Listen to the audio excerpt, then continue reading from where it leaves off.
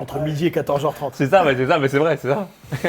Insolation dans le crâne, Sans manger, lui. Sans manger. overdose de biophotons. Le mec, c'est devenu Sentry. Il a la puissance de 1000 soleils.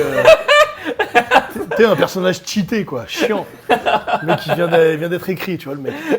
Ça me crie. Now I'ma break it down real simple. If you go inside, she controlling your mental.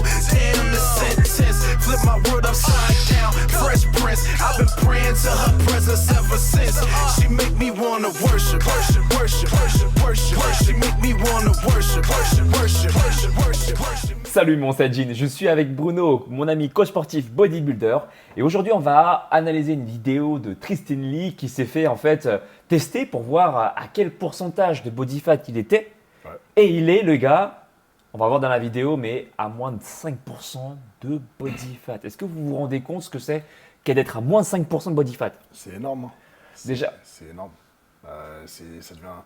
C'est des sèches déjà pour de compète, quoi. Déjà quand Et tu arrives encore, hein, même en compète, il y en a plein, ils sont pas à 5%. Donc déjà tu arrives à 7-8%, c'est déjà un truc de ouf quoi. Déjà 7-8%, c'est déjà très très bien. Très très ouf Mais déjà. dès que tu descends en dessous de 5, ça devient limite dangereux, quoi. On te marque d'ailleurs un petit graphe ici, tu vas voir la différence, tu vas voir donc les comparaisons de body fat. En général, on peut pas garder ce pourcentage de body fat très longtemps. Donc, Déjà parce pour y que- arriver c'est chaud. Déjà pour y arriver, c'est chaud, et en plus le maintenir, c'est encore plus chaud. Et lui, ce gars, il m'a l'air d'être très très sec toute l'année. Donc je pense qu'il doit être aux alentours de 5-6 toute l'année, donc c'est vraiment chaud. Après voilà, bien sûr, je pense il y a des aides, il y a des aides, mais malgré les aides, malgré les trucs à côté, c'est quand même chaud d'arriver à ce niveau et de maintenir toute l'année une sèche pareille. Pour contextualiser, en fait, il est parti dans un centre qui s'appelle le Body Fat Test. Ok. Et il y avait des internautes donc, sur sa chaîne qui disaient qu'il n'était pas à 5% et quoi que ce soit, ou des trucs comme ça. Ouais. Et donc lui, pour vérifier ses dires, les dires de ces Ouais, internautes, pour démentir, quoi. pour démentir, il est parti dans un centre comme celui-ci, le bodyfattest.com. Et donc on va voir un peu comment ça s'est passé. Tu verras, c'est un peu le protocole de Son Goku et Vegeta qui vont dans la capsule de l'eau là. Ouais. Tu sais, ça me rappelle aussi quand Son Goku et Vegeta ils vont dans la capsule dans l'eau là pour récupérer. Ouais. Tu vois ce que je veux dire? Mhm. Avec la bulle et tout qui sort là. Et donc après la mesure, voilà, les résultats sont là. Je savais pas que ça ressemble à ça pour... 4,4% de body fat. C'est ouf. Hein. Après, ils ont calculé également une marge d'erreur. Ça monte jusqu'à un maximum 5,4%. Ah, mais c'est ouf. Donc l'idée de la vidéo ici, c'est on va la laisser défiler bien sûr comme ça pour que mes chers Saiyajins puissent voir aussi un peu tout ça. L'idée, c'est pas d'arriver à son niveau évidemment, mais avec deux approches, comme pour une vidéo qu'on a déjà précédemment du coup échangé, c'est d'apporter soit des aides, des compléments alimentaires ou autres qui pourraient permettre, ou des techniques simples ou naturelles ou pas, pour arriver à ce type de sèche. Encore une fois, mon ami Bruno l'a dit, pour arriver à son niveau-là, tu ne peux pas avoir recours que naturellement, c'est juste impossible. Ouais, c'est pas possible. Voilà. C'est pas possible. Après, on l'a déjà dit, avant que… Avec une masse musculaire aussi importante, même s'il n'est pas énorme non plus, mais bon, par rapport à son âge déjà… D'ailleurs, on a fait une vidéo sur lui déjà aussi. On avait déjà fait une vidéo, donc voilà.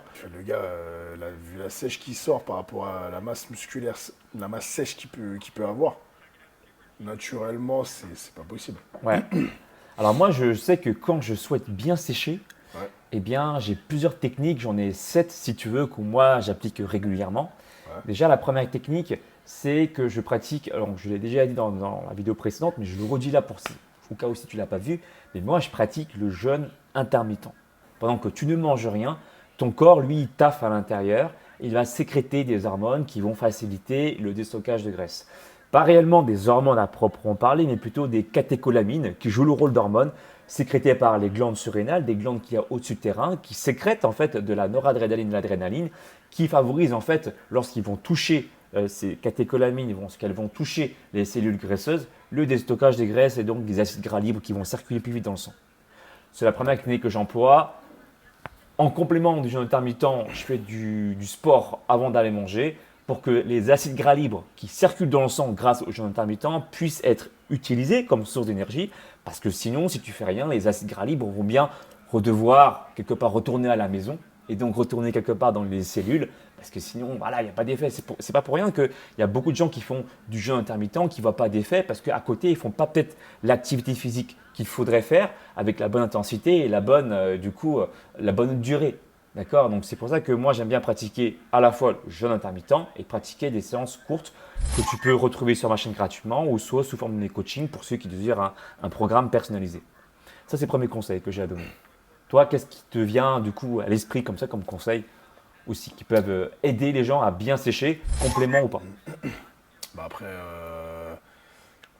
la diète quoi qu'il arrive, avoir une diète calibrée en fonction de ses objectifs, de soi, déjà, d'avoir, donc voilà, ça c'est pas, il suffit pas d'arrêter de manger le soir ou de faire des trucs comme ça, comme beaucoup de gens font. Il faut vraiment avoir une diète très adaptée en fonction de son métabolisme, en fonction de ses besoins caloriques.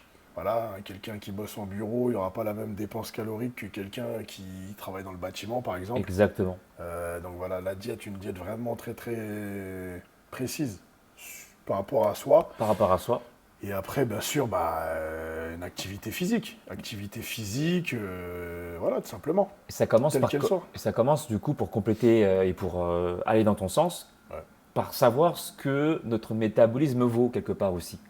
Et donc, il existe des formules qui seront de toute façon jamais exactes à 100%, mais qui peuvent se rapprocher d'une réalité. Bien sûr. Oui, bien sûr. Donc voilà, pour que tu puisses avoir une idée du nombre de calories qu'il faudrait que tu ingères en fonction de ton activité physique, donc aussi ton activité professionnelle, si elle est sportive ou pas, eh bien, je te mettrai un lien dans la description de ma vidéo dans laquelle tu peux cliquer et compléter du coup les données pour avoir en fait quel est le nombre de calories qu'il te faudrait par jour en fait.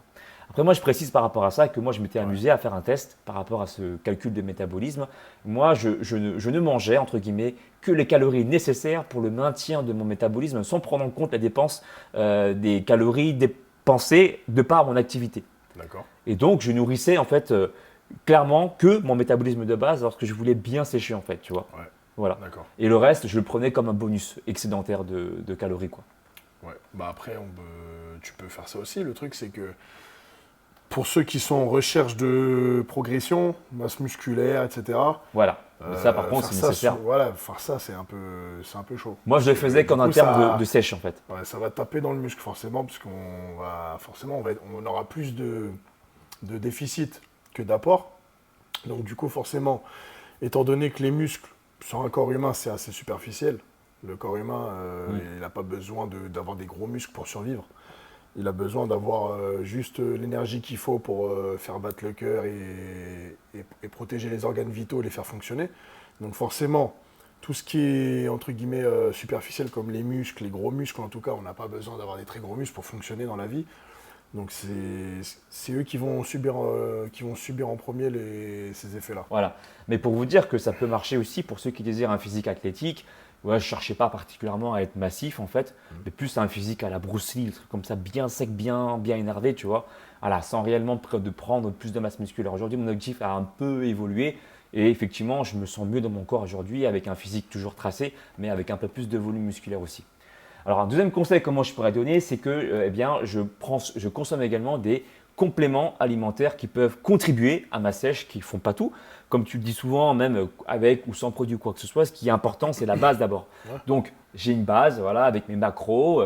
Voilà, donc, si tu veux avoir plus de détails là-dessus, tu peux voir des vidéos sur ma chaîne. Mais voilà, pour revenir à ce que je disais, je prends des compléments alimentaires du coup ayant déjà une bonne base, comme la L-carnitine qui permet justement d'apporter plus d'acides gras dans les mitochondries, l'usine centrale, on le sait, dans les cellules musculaires, qui permet de produire de l'énergie, donc de l'ATP. Et je prends aussi de la yohimbine. Je précise que la yohimbine est particulièrement déconseillée aux gens qui sont anxieux et sont stressés parce que du coup, la yohimbine va augmenter les pulsations cardiaques. Donc pour ceux qui sont naturellement stressés, qui ont déjà le cœur qui bat vite, je déconseille fortement cette prise de compléments alimentaires bien que naturels parce que la yohimbine n'est ni plus ni moins que l'écorce d'un arbre africain. La yohimbe en fait, et permet en fait, comme j'ai expliqué dans une vidéo précédente déjà, d'inhiber les mauvais récepteurs qu'il y a dans une cellule musculaire, les mauvais récepteurs qui en fait empêchent du coup la libération facile des acides gras. Et du coup, ça inhibe ces récepteurs qu'on appelle les récepteurs alpha 2. et favorise même plutôt les bons récepteurs qui du coup facilitent le déstockage des acides gras libres dans le sang, les bêta-2 en fait. Donc voilà, ça inhibe les alpha-2 et ça favorise les bêta-2.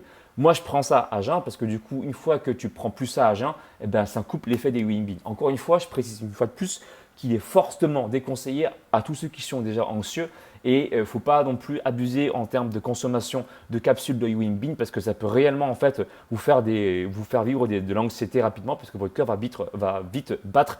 Donc, je déconseille ça fortement à ceux qui sont déjà naturellement stressés. Et commencer par 1 ou 2 capsules, c'est déjà très bien. Et encore une fois, sous l'avis de votre médecin. Parce que même si c'est un complément alimentaire, il faut faire attention. Avant d'en arriver là, en fait, voilà, je veux dire, il faut d'abord commencer par le commencement, quoi. Et oui. Donc, commencer déjà par faire attention sur la diète, comme on a dit. Avoir une activité physique voilà, pour avoir un déficit calorique et une dépense énergétique, forcément.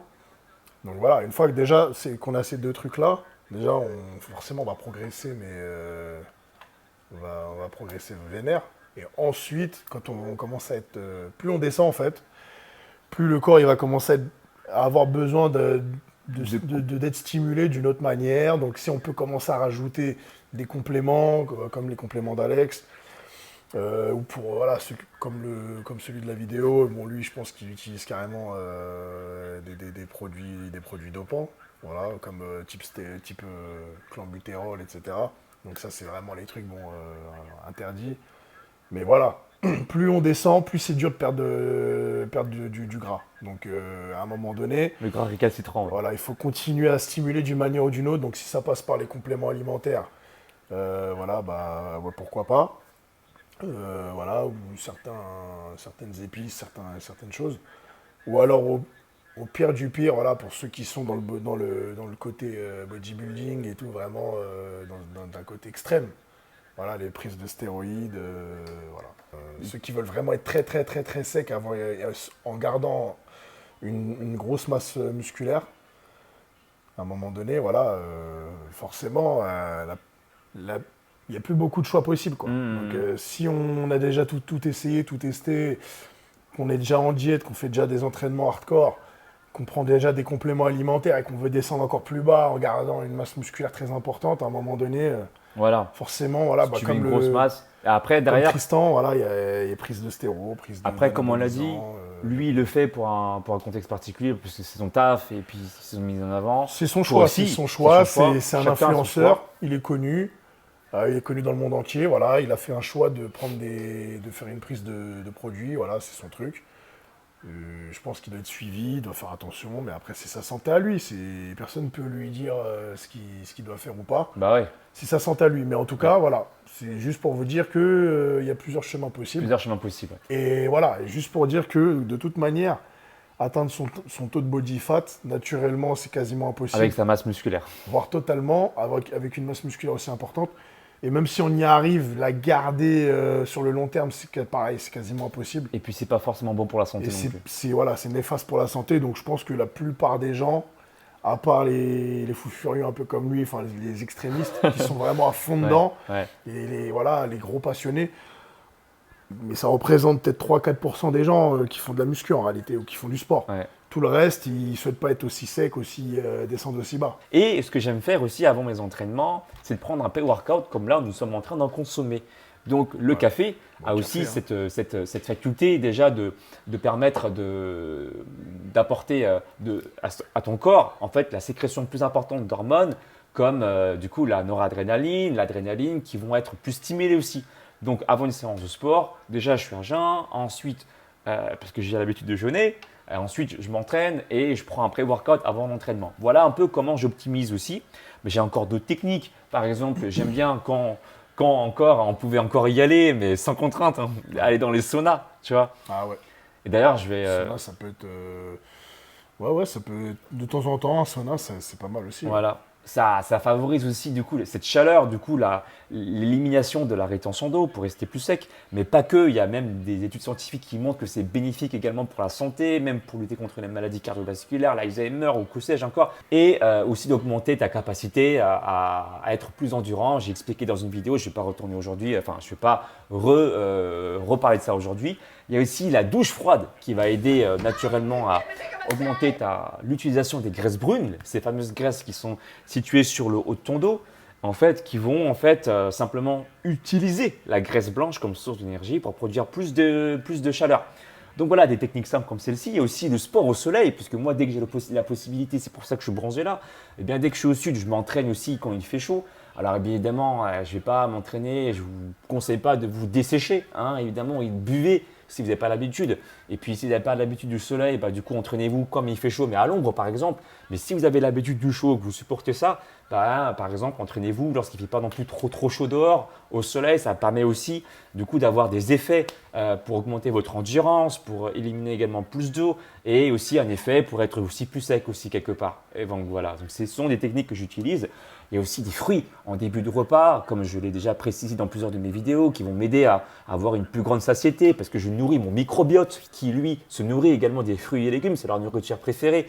Les microbiotes, c'est quoi? C'est l'ensemble des virus, l'ensemble des bactéries qu'il y a au niveau de l'intestin et qui se nourrit justement des fruits et légumes et qui vont envoyer un message de satiété au cerveau. Donc voilà les techniques un petit peu naturelles que je peux utiliser pour optimiser au maximum le partage sur ma chaîne et comment faire pour garder un physique sec avec une masse musculaire, on va dire, naturelle. Après, voilà, comme tu dis, le cas de Tristan Lee, c'est pas c'est pas un cas dans lequel on pourrait atteindre de manière complètement naturelle, ce qui est impossible, en gardant en tout cas son physique comme il est. Ouais. Pour les débutants, vraiment, ça passe vraiment par le b.a.-ba, la diète, l'entraînement, le bon sommeil, l'activité physique, essayer de récupérer, bien dormir. Parce que même en dormant, le corps relâche, donc il élimine un peu la rétention d'eau, etc. Donc ça, faut pas l'oublier, c'est important. Le stress, en fait, qui est lié, quand on est debout, quand on est éveillé toute la journée, qu'on est à droite à gauche, qu'on bouge beaucoup, on met un stress au corps, et ce qui se traduit par une petite rétention d'eau. Voilà, le repos, l'entraînement et avoir une alimentation saine. C'est les 3 facteurs les plus importants. Après, le reste, ça se rapporte, ça se rajoute autour, en fonction de ce que vraiment on veut, si on pousse un peu plus l'objectif ou non, ça se rajoute. Mais voilà, quoi qu'il arrive, c'est la base à avoir. Pour rejoindre du coup les propos de mon ami Bruno, effectivement, vous pouvez y arriver comme ça, donc en regardant des vidéos, par exemple sur ma chaîne, je parle d'alimentation, on peut y arriver comme ça. Et ceux qui désirent être coachés, ceux qui désirent être pris en main, avoir une ligne directrice, ce qui est aussi logique, eh bien, vous pouvez contacter des professionnels comme par exemple Bruno, et donc il vous aidera à avoir un plan alimentaire, un plan sportif équilibré, pour réussir à sécher et donc avoir le corps désiré. Si vous voulez un physique athlétique et vous voulez passer par ma manière de faire, mon énergie, eh bien vous passez directement sur mon site alexsolevent.com pour avoir un coaching de 3 mois. Vous savez tout. Partagez la vidéo, mettez un pouce en haut si vous avez apprécié nos conseils et Bruno et moi, on vous dit à tout bientôt. Ciao. Ciao.